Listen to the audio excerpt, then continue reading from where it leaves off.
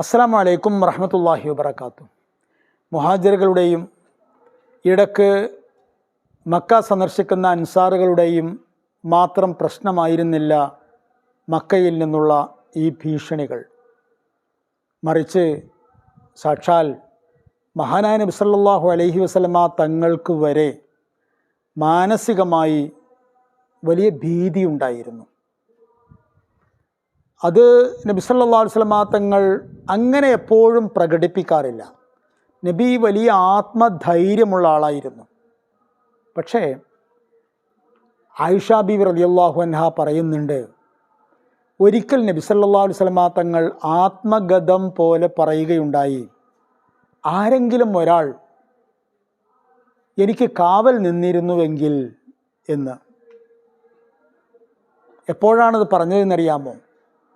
മഹാനായ നബി സല്ലല്ലാഹു അലൈഹി വസല്ലമ തങ്ങൾ മനം വിട്ട് ഉറങ്ങിയിട്ട് ദിവസങ്ങളായിരുന്നു.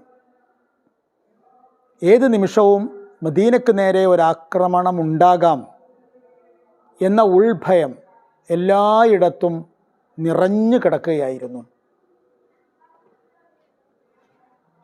അതുകൊണ്ട് നബി സല്ലല്ലാഹു അലൈഹി വസല്ലമ തങ്ങൾ ഇങ്ങനെ ആത്മഗതം ചെയ്തു, ആരെങ്കിലും ഒരാൾ ഒന്ന് കാവൽ നിന്നിരുന്നുവെങ്കിൽ എനിക്കൊന്ന് ഉറങ്ങാമായിരുന്നു. നിങ്ങൾ ആലോചിച്ച് നോക്കൂ, മഹാനായ നബി സല്ലല്ലാഹു അലൈഹി വസല്ലമ തങ്ങൾക്ക് ഉറക്ക് പോലും നഷ്ടപ്പെടുന്ന വിധത്തിലുള്ള ഭീഷണി അവിടെ മൂടിക്കെട്ടി കിടക്കുന്നുണ്ടായിരുന്നു എന്നല്ലേ ഇത് പറഞ്ഞതിൻ്റെ അർത്ഥം? മഹാനായ നബി സല്ലല്ലാഹു അലൈഹി വസല്ലമ തങ്ങൾ മനസ്സിൽ അത് ആഗ്രഹിച്ചു. പക്ഷേ നബിയുടെ മനസ്സ് അള്ളാഹുവിൻ്റെ കരങ്ങളിലാണ്. നബിയുടെ മനസ്സ് അത് ആഗ്രഹിച്ചപ്പോഴേക്കും അള്ളാഹു അത് സാധ്യമായി കൊടുത്തു. വീടിൻ്റെ പുറത്ത് നിന്ന് എന്തോ ശബ്ദം. മഹാനായ നബി സല്ലല്ലാഹു അലൈഹി വസല്ലമ തങ്ങൾ പുറത്തു വന്ന് നോക്കുമ്പോൾ ഒരു സഹാബി വര്യൻ പടച്ചട്ട അണിഞ്ഞിട്ടുണ്ട്, ആയുധങ്ങൾ കയ്യിൽ പിടിച്ചിട്ടുണ്ട്, മഹാനായ നബിയുടെ വീടിന് കാവൽ നിൽക്കുകയാണ്. ആരാണെന്നറിയാമോ? സാക്ഷാൽ മഹാനായ സഅദ് ബിൻ അബി വഖാസ് റളിയല്ലാഹു അൻഹു. മഹാനായ നബി സല്ലല്ലാഹു അലൈഹി വസല്ലമ തങ്ങൾ അന്നാണ് ആ ദിവസങ്ങളിൽ നന്നായി ഉറങ്ങിയത്. മഹാനായ സഅദ് റളിയല്ലാഹു അൻഹുവിന് വേണ്ടി മഹാനായ നബി സല്ലല്ലാഹു അലൈഹി വസല്ലമ തങ്ങൾ പ്രത്യേകം ദുആ ചെയ്യുക വരെ ഉണ്ടായി. മാത്രമല്ല, മഹാനായ റസൂലുള്ളാഹി സ്വല്ലല്ലാഹു അലൈഹി വസല്ലമ തങ്ങളുടെ സഹാബിമാരിൽ പ്രത്യേകിച്ചും പ്രധാനികളായ ആൾക്കാർ അബൂബക്കർ റളിയല്ലാഹു അൻഹു, ഉമർ റളിയല്ലാഹു അൻഹു, അബ്ദുറഹ്മാൻ ബിൻ ഔഫ് റളിയല്ലാഹു അൻഹു, ഉസ്മാൻ ബിൻ അഫ്ഫാൻ റളിയല്ലാഹു അൻഹു, അലി റളിയല്ലാഹു അൻഹു തുടങ്ങിയ വളരെ പ്രധാനികളായ സഹാബിമാരൊക്കെ സദാ ആയുധവുമായിട്ടാണ് നടന്നിരുന്നത് തന്നെ എന്നാണ് ചരിത്രം പറയുന്നത്. അറബികൾ ആയുധം ധരിക്കാറുണ്ട്, പക്ഷെ അതിനതിൻ്റേതായ സമയങ്ങളുണ്ട്, അതിനതിൻ്റേതായ സാമൂഹ്യ സൂചനകളുണ്ട്. ആ സമയത്തെ അവർ ആയുധം അണിയൂ. എപ്പോഴും ആയുധം കയ്യിൽ വെച്ച് നടക്കുന്നവരൊന്നുമല്ല അറബികൾ. പക്ഷേ ഈ പ്രധാനപ്പെട്ട സഹാബിമാർ ആയുധധാരികളായിട്ടാണ് നടന്നിരുന്നത്. ഇത് മറ്റൊരു സൂചനയാണ്. മറ്റൊരു കാര്യം, ആ ഇടക്ക് മക്കായിൽ നിന്ന് മദീനയിലേക്കൊരു കത്ത് വന്നു. മക്കായിലെ മുശ്രിക്കീങ്ങൾ ആരോ എഴുതിയ കത്താണ്. കത്ത് അബ്ദുല്ലാ ബിൻ ഉബയ്യ് ബിൻ സലൂലിനാണ്. അദ്ദേഹം മുസ്ലിമീങ്ങളുടെ ഇടയിലെ ഒരു മുനാഫിക്കായ ഒരാളാണ്. അല്ലെങ്കിൽ എന്തായിരുന്നാലും ഉള്ളിൻ്റെ ഉള്ളിൽ നബിയോടും ഇസ്ലാമിക ആദർശത്തോടും വലിയ വിദ്വേഷം പുലർത്തുന്ന ആളാണ്. അദ്ദേഹത്തിന് കത്ത് വന്നു, നിങ്ങൾ ഞങ്ങളുടെ നാട്ടിന് അനഭിമതരായ ജനങ്ങൾക്ക് നിങ്ങളുടെ നാട്ടിൽ അഭയം നൽകിയിരിക്കുകയാണ്.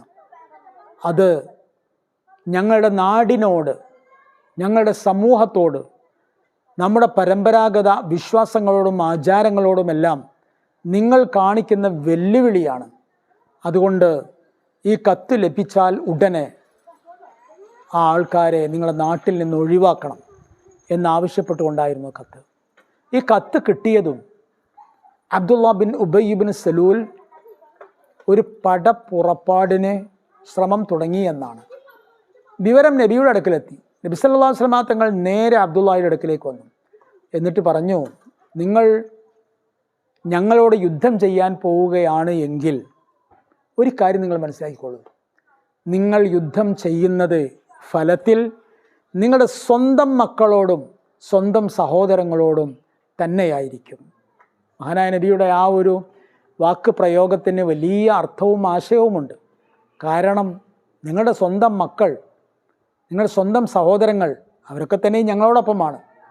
ഞങ്ങളുടെ വിശ്വാസ ശ്രേണിയിൽ അവർ അണിനിരന്നിരിക്കുന്നു. അതുകൊണ്ട് നിങ്ങൾ മുസ്ലിമീങ്ങൾക്കെതിരെ യുദ്ധത്തിന് പുറപ്പെടുകയാണ് എങ്കിൽ ഫലത്തിൽ സ്വന്തം മക്കൾക്കും കുടുംബത്തിനുമെതിരെയുള്ള ഒരു പടപുറപ്പാടായിരിക്കും അത്.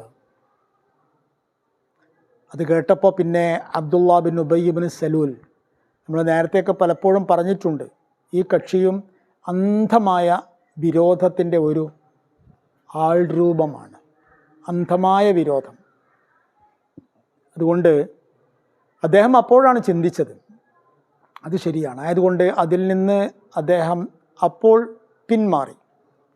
നമ്മൾ പറഞ്ഞു വന്ന എന്താണെന്ന് ചോദിച്ചാൽ, മഹാനായ റസൂലുള്ളാഹി സ്വല്ലല്ലാഹു അലൈഹി വസല്ലമ തങ്ങളും മുഹാജിറുകളും മദീനയിൽ എല്ലാവിധ സുഖങ്ങളോടും സൗകര്യങ്ങളോടും കൂടെ, ബഹുമാനങ്ങളോടും ആദരവോടും കൂടെ, നിലയോടും വിലയോടും കൂടെ അവരവിടെ ജീവിക്കാൻ തുടങ്ങി. പക്ഷേ മക്കക്കാർ അവിടെയും അവരെ ശല്യം ചെയ്യുകയായിരുന്നു. അതിത്തിരി കടന്നതാണ്. അതുകൊണ്ട് അസ്സലാമു അലൈക്കും വറഹ്മത്തുള്ളാഹി വബറകാതുഹു.